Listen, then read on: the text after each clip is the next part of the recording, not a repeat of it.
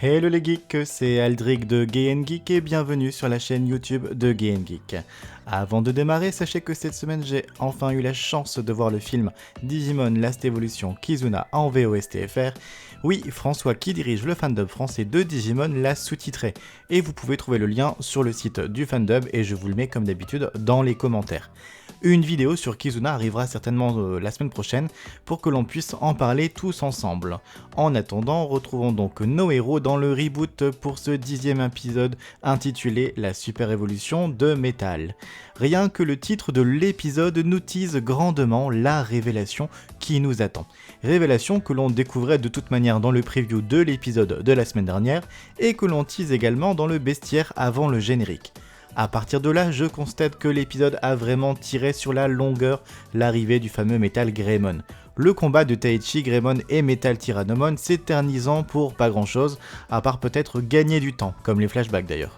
Et Metal Greymon, que Johan a trouvé très classe au passage, fait son apparition et parvient donc à vaincre le grand ennemi ultime. Et là, il va y avoir deux teams. La première, très attachée à la série originale, qui va crier de colère et de faire apparaître aussi vite la forme Kanzentai d'Agumon. Souvenez-vous, dans la série originale, il ne fallait pas moins de 20 épisodes pour qu'il n'arrive. Avant cela, les élus et leurs Digimon devaient déjà combattre une grande menace, Devimon, puis se lancer dans la quête de trouver leur symbole afin d'ensuite débloquer leurs caractéristiques principales, le courage pour Taichi, et permettre cette évolution.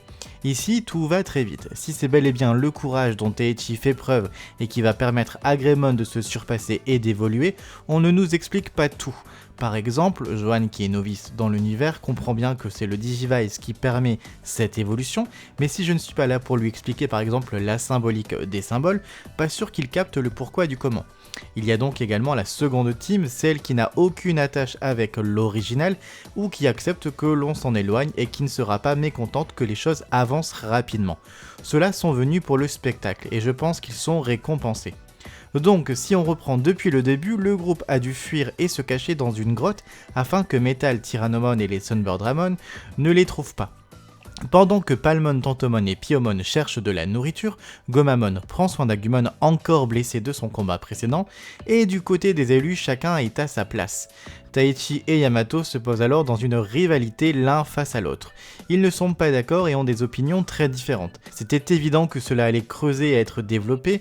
Cette rivalité, même si le terme n'est pas du tout des plus jolis, est un élément fort de Digimon Adventure et de Digimon Tree. Cette rivalité amène aussi une ambiance tendue pour les autres de l'équipe.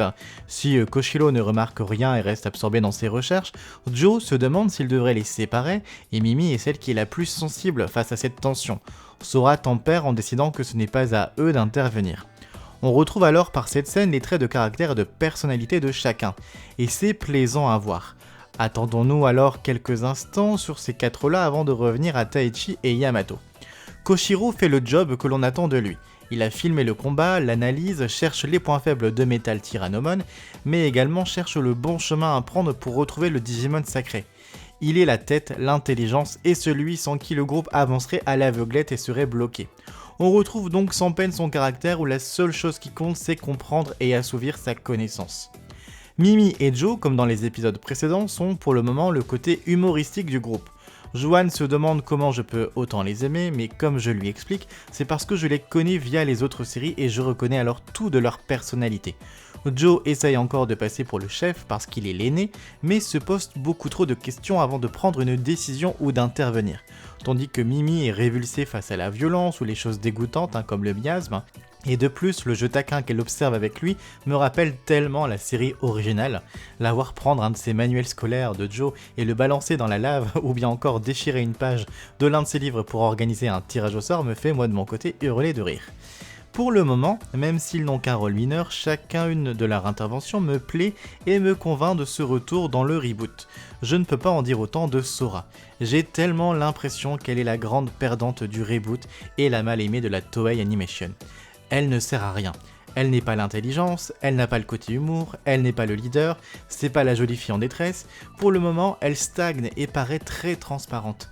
Après 10 épisodes, je trouve que c'est vraiment très problématique. Le seul espoir que j'ai, c'est que la séparation du groupe qui intervient à la fin de l'épisode, lui, sera profitable. J'imagine qu'on va répartir avec un centric personnage pour les épisodes à venir, et malheureusement une potentielle évolution ultime pour chacun des Digimon. Et j'espère vraiment que tout de même cela lui permettra de briller et de se révéler.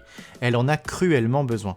Vu les choix faits dans le preview de l'épisode de la semaine prochaine, elle semble tomber dans le groupe de Yamato, et alors comme je le présageais dans un épisode précédent, j'espère vraiment que le lien Yamato-Sora lui servira énormément. Passé ce petit coup de gueule, revenons à la rivalité des deux leaders. Taichi est toujours bouleversé par le sacrifice d'Ogremon et semble pardonner le fait qu'il ait pu être l'un de leurs ennemis. Yamato, qui apparaît alors plus froid et plus cartésien, ne comprend pas que le brun puisse avoir des sentiments face à cette perte. Pour lui, faire ami-ami avec les ennemis ne peut que conduire à une chose, leur perte à tous. Taichi tente de se défendre et de convaincre Yamato qu'il serait allé jusqu'au bout de sa mission et trouvera le Digimon sacré pour sauver la ville de Tokyo. Ils sont donc en désaccord et vont devoir mettre ça de côté, car sans stratégie, Yamato refuse de suivre le futur leader. C'est là que les recherches de Koshiro et son intelligence entrent en jeu et vont permettre à un plan de se définir.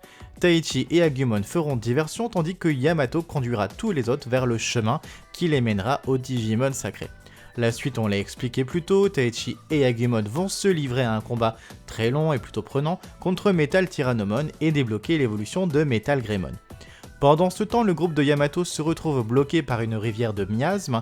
Tout ce qui tombe à l'intérieur finit complètement brûlé, impossible donc de la traverser, et à la fin de l'épisode, le constat est sans appel, il faudra la contourner.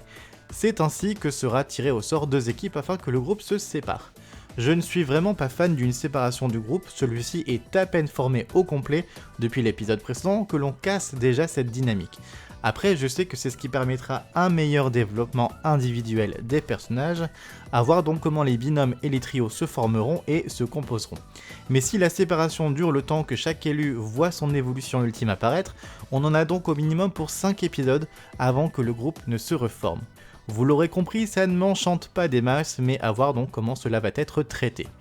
Pour récapituler, Taichi et Agumon sont en devant de la scène, Yamato est encore plus froid que dans la version originale, Mimi et Joe me font bien rire, Koshiro est indispensable et Sora doit absolument se révéler.